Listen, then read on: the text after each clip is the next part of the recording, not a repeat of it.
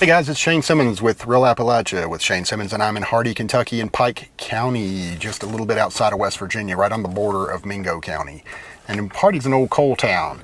And it looks like, just looking at my own reflection, I look redder than a beet, and it's probably because my house is 1,000,000 degrees and also because I am madder than a wet hen. Let me get into that. Okay, I can't leave you like that. So, I get paid today. I look in there, do all the math out of it, and I'm like, oh my goodness, what a windfall. It looks like I'm gonna be about $750 surplus here, so maybe I can go on vacation.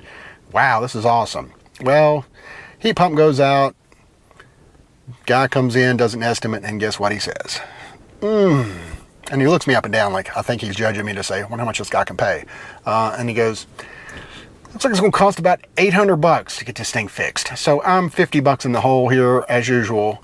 I feel like I'm in the script system in the old coal company days, pulling this thing full circle. But instead of the script system, I am getting the shaft by the gyp system. And that is where a guy knows you don't know what they're talking about and you don't know how much the price of anything is. So they stick it to you and you get gypped. Or it could be the rip system.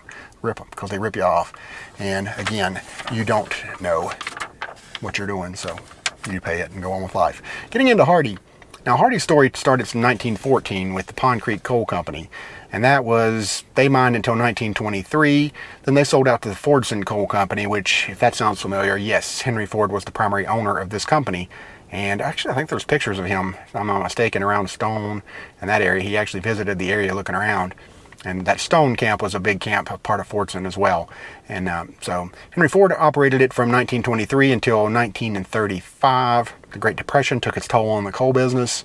They sell out, and then it finally ends up with the Eastern Coal Corporation. And they operate from 1937 until 1958. And that, my friends, is the end of this coal town as far as a coal town itself. So, but if you look around, these houses are really nice shape, and that doesn't surprise me too much because, you know, the Fordson Coal Company was the top of the food chain as far as they really did a quality operation. Them, U.S. Steel, Pocahontas Fuel, there were some companies that just really stood out because they invested in their operations because they wanted the best men, they made the most money, and they wanted the best reputation, so they could hire just about anybody they wanted to. So let's get into this look at Hardy, Kentucky. Hope you guys enjoy this, and turn your temperature down 1 degree for me. Thank you. God bless. Okay, everybody, I'm in Pike County, Kentucky, a little community called Hardy. And as usual, I'm going through a coal camp here, and this is the Hardy United Methodist Church that I'm right in front of right now. Hardy is one of 2 coal camps. They started out as Pond Creek Coal Corporation, and then they were bought out by Fordson Coal, and that is, if that sounds familiar, it's because Henry Ford of Ford Automobiles, it was the person who bought them out. You can see these are really nice houses down through here, 2-story. You didn't see this a lot at all in the coal camps. Well, maybe in the boss's houses mostly, but you didn't see this many high quality houses, and that's why they've held up really well to this day. But Fordson Coal, Henry Ford wanted it to have a captive coal market for to make steel for his vehicles. So he had this camp here in Hardy, and he also had one in Stone, and I'll take a trip down through there here in just a little bit, but I want to give you a look at these. After Fordson left, which was in the mid-30s, about 1935, it was taken over for the last part by Eastern Coal Corporation, or Eastern Coal Company, and they had it from the late 1930s to 1958, and there's the Hardy Artisan. That's kind of a neat thing to see out in the middle of those places like that.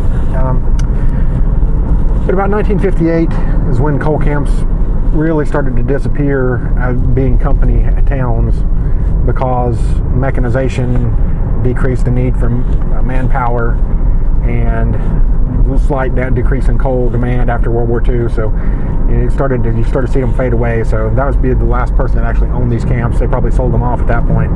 But I want to give you a little shot of Hardy here. We'll drive on down until we get to the post office, a little baseball field. This is Hatfield and McCoy country, and it's right on the border. It's on Pike County, but it's right on the edge of Mingo County, West Virginia. So you cross over there just a few minutes down the road from here. Just want to give you a shot. I like seeing these nicer coal camps because they're, you can tell this thing will be here for years and years to come. So there'll always be a little bit of a reminder of an era that's really came and went. Should be heading up to the post office here pretty shortly. Again, there's all kinds of little stops along the way. If you're down in this area, it's in 319, Route 319, but it's a lot of Hatfield and McCoy, and you're really not that far out of town from Matewan, which was known for the Matewan Massacre and the West Virginia Mine Wars and that type of thing. So a lot of history down through this area. A very good place to visit to see all kinds of different sites depending on what your main interest is in.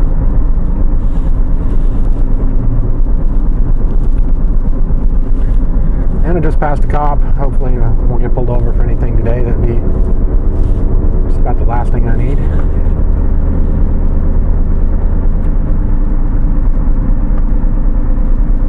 There's several coal towns right around through here. There's Toller, Makar, and Buku's. On every corner there's one. So it's really, just pick your poison. But I like to go to ones that are still in pretty good shape so you can get an idea of what it was like back in the heyday versus, some of them they're all over the place. You got some with nicer housing and some that just are almost completely gone. Some places are completely gone. So